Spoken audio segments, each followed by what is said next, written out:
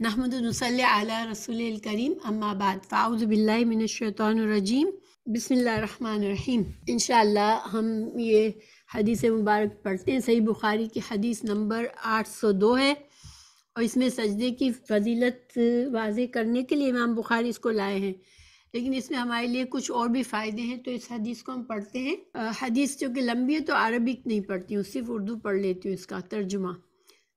ہم سے ابو الیمان نے بیان کیا، کہا ہمیں شعیب نے زہری سے خبر دی، انہوں نے بیان کیا کہ مجھے سعید بن مسیب اور عطا بن یزید لیثی نے خبر دی کہ ابو ہریرہ رضی اللہ عنہ نے انہیں خبر دی کہ لوگوں نے پوچھا یا رسول اللہ، یعنی لوگوں نے رسول اللہ صلی اللہ علیہ وسلم پہ پوچھا کہ یا رسول اللہ صلی اللہ علیہ وسلم، کیا ہم اپنے رب کو قیامت میں دیکھیں گے؟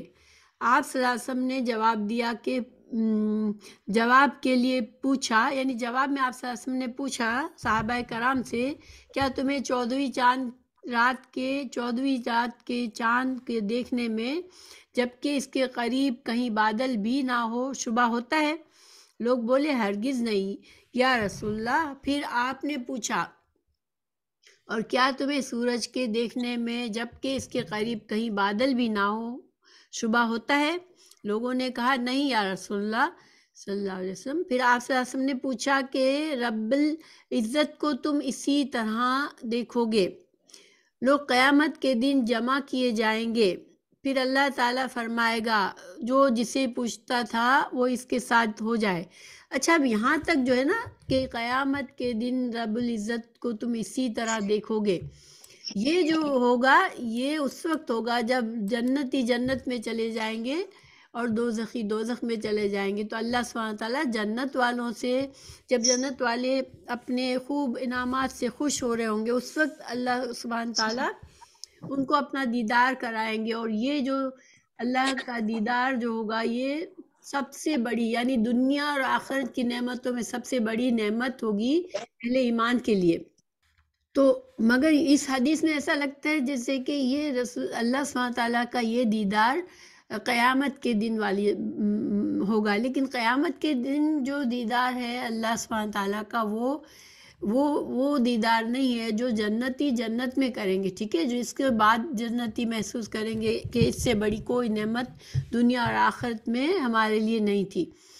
لیکن قیامت کے دن کا اب جو ہے نا، اب جو حدیث کا حصہ ہے اس میں قیامت کے دن کا ذکر ہے، ٹھیک ہے، کہ لوگ قیامت کے دن جمع کیے جائیں گے، پھر اللہ تعالیٰ فرمائے گا جو جسے پوچھتا تھا وہ اس کے ساتھ ہو جائے۔ چنانچہ بہت سے لوگ سورج کے پیچھے ہو لیں گے، بہت سے چاند کے اور بہت سے بتوں کے ساتھ ہو لیں گے، یہ امت باقی رہ جائے گی، یعنی رسول اللہ صلی اللہ علیہ وسلم کی امت میں جو لوگ پیدا ہوئے وہ باقی رہ جائیں گے، لیکن اس میں اس وقت منافقین اور سارے لوگ ہوں گے، مومن بھی ہوں گے، منافقین بھی ہوں گے، جو بھی آپ صلی اللہ علیہ وسلم کی امت میں سے تھے وہ سب وہاں پر اب رہ جائیں گے۔ پھر اللہ سبحانہ تعالیٰ ایک نئی صورت میں آئیں گے اور ان سے کہے گا کہ میں تمہارا رب ہوں۔ تو اب یہاں پر تھوڑا سا ترجمے میں غلطی ہے کہ وہ منافق کہیں گے، دیکھیں منافق نہیں کہیں گے، یہ اس وقت مومن کہیں گے کہ ہم یہیں اپنے رب کے آنے تک کھڑے رہیں گے، کیونکہ وہ اپنے رب کو اس وقت نہیں پہچان پائیں گے جب اور چونکہ صرف اللہ سے کی عبادت کرنے والے ہوں گے اور رب کو نہیں پہچان پائیں گے، کیونکہ اللہ سبحانہ تعالیٰ کوئی نئی صورت بنا کر آئیں گے۔ تو اب جو ہے کوئی اب اللہ عالم، یہ تو قیامت کے حالات ہے کہ کیا صورت ہوگی، کیونکہ اللہ تعالیٰ کو تو ہم نے نہیں دیکھا، لیکن بہرحال مومن کہیں گے کہ ہم یہیں رہیں گے جب تک ہمارے رب کے آنے تک ہم انتظار میں کھڑے رہیں گے۔ جب ہمارا رب آئے گا تو ہم اسے پہچان لیں گے۔ ہم اسے کیسے پہچانیں گے؟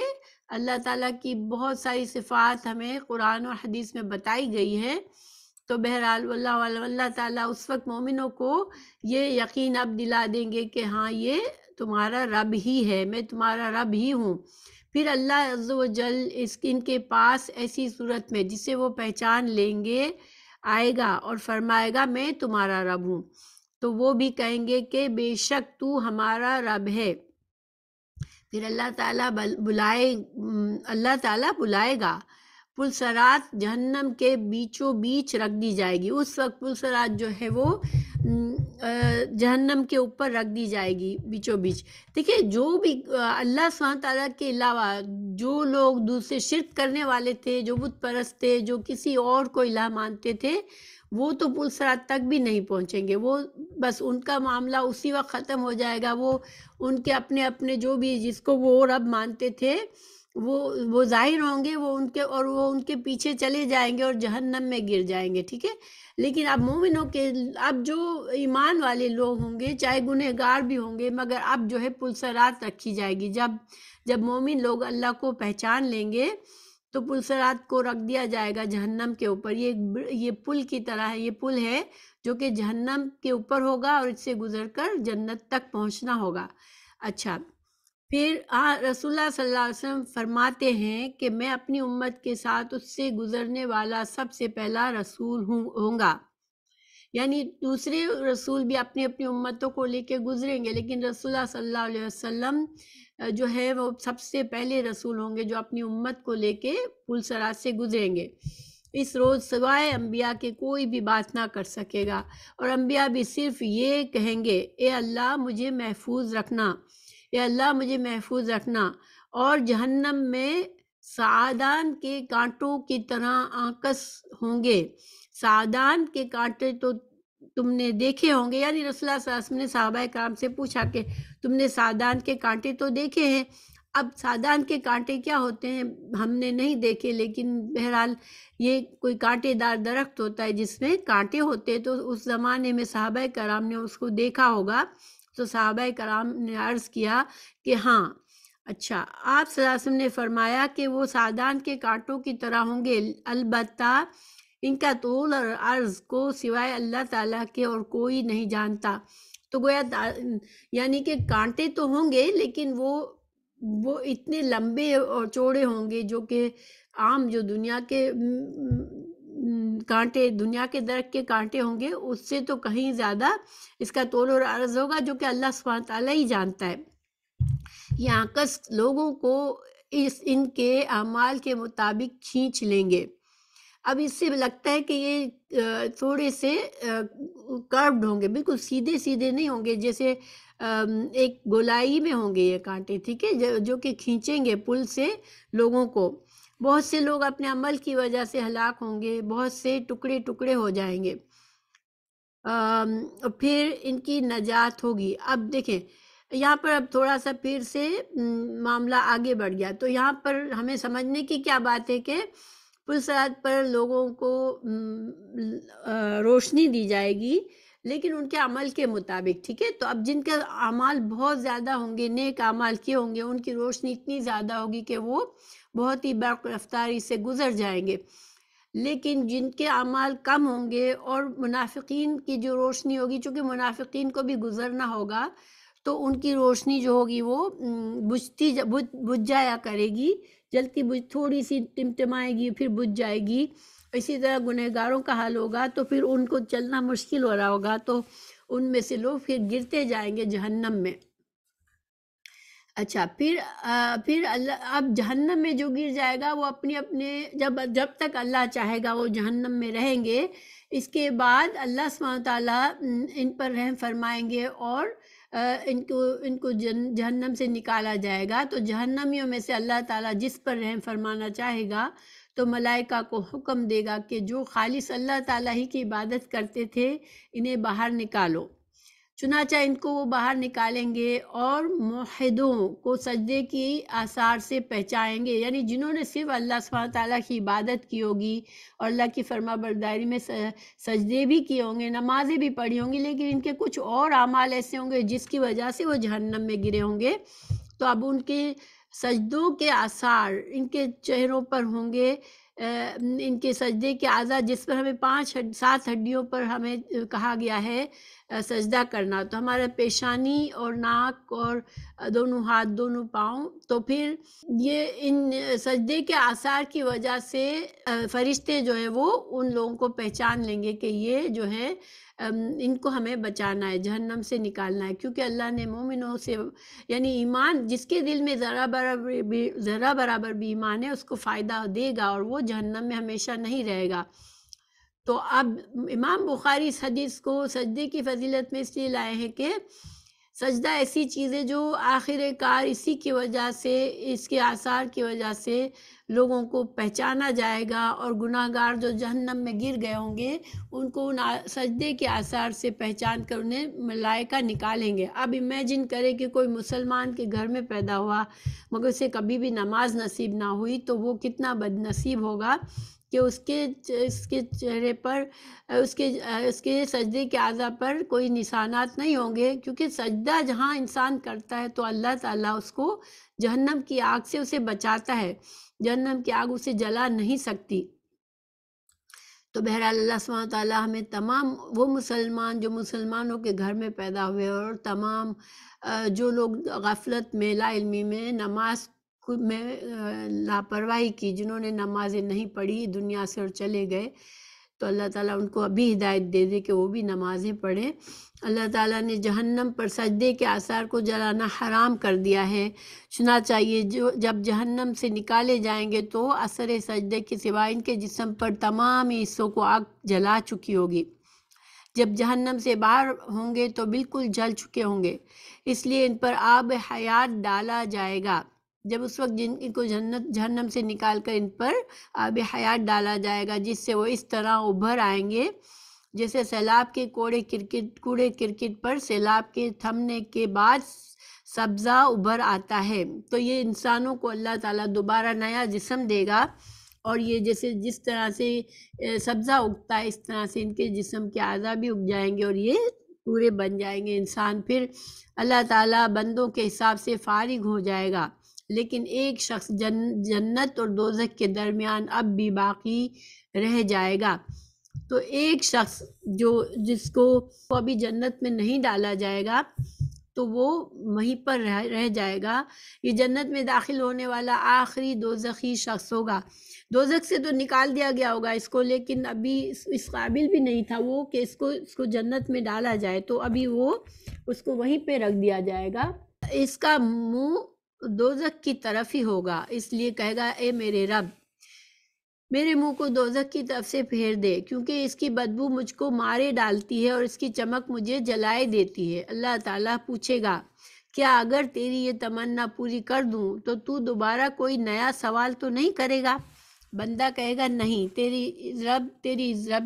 تیری بزرگی کی قسم، اور جیسے جیسے اللہ چاہے گا وہ قول و قرار کرے گا۔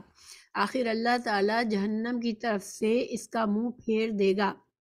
جب وہ جنت کی طرف منہ کرے گا اور اس کی شادابی نظر اس کے سامنے آئے گی تو اللہ نے جتنی دیر چاہا وہ چپ رہے گا، کیونکہ اللہ سے وعدہ کیا ہوگا کہ میں اب کچھ نہیں مانگوں گا، تو وہ چپ رہے گا کچھ دیر تک، لیکن پھر اس سے برداشت نہیں ہوگا، پھر وہ بول پڑے گا اے اللہ مجھے جنت کے دروازے کے قریب پہنچا دے۔ اللہ تعالیٰ پوچھے گا کیا تو نے عہد و پیمان نہیں باندھا تھا کہ اس ایک سوال کے سوا اور کوئی سوال تو نہیں کرے گا؟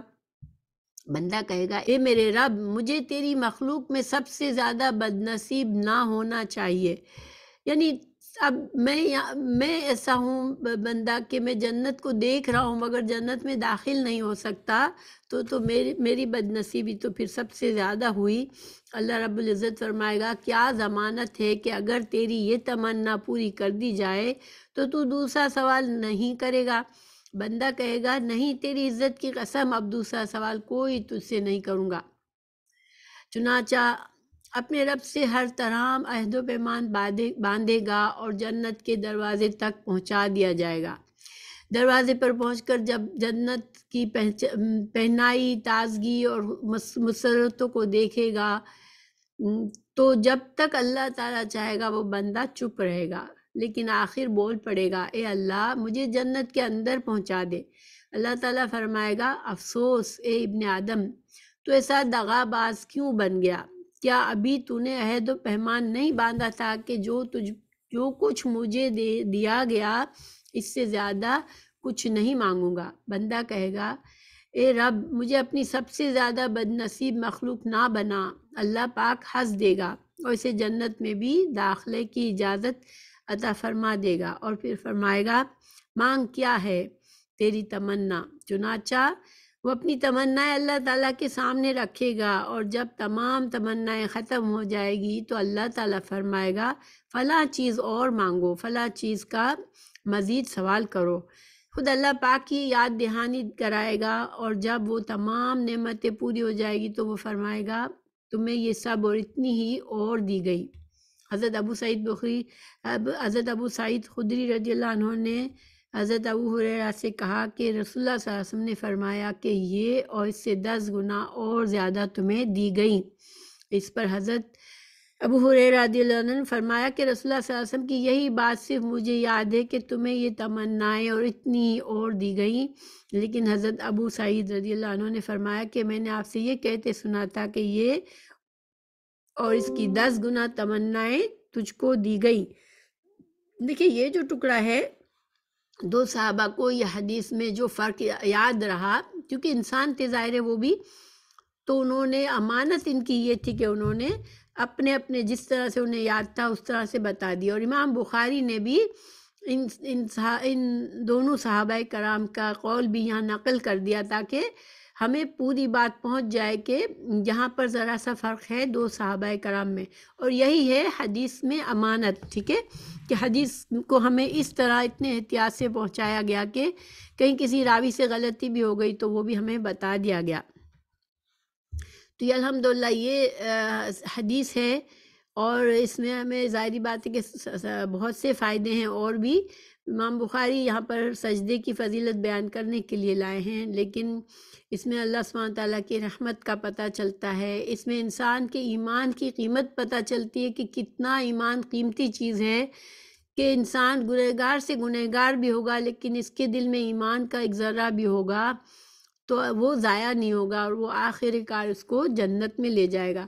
اور اللہ سبحانہ تعالیٰ کا ہنسنا یہاں پر ثابت ہوتا ہے کہ اللہ سبحانہ تعالیٰ کی صفات میں یہ بھی ہے کہ اللہ سبحانہ تعالیٰ ہنستا بھی ہے، اور اللہ سبحانہ تعالیٰ نے جس طرح سے اللہ کی رحمت کا یہ پتہ چلتا ہے کہ بندوں کے بار بار غلطی کرنے سے، بار بار وعدہ خلافی کرنے کے باوجود بھی اگر بندہ اللہ سے اخلاص نیت سے کچھ مانگتا ہے تو اللہ تعالیٰ اسے عطا فرماتا ہے۔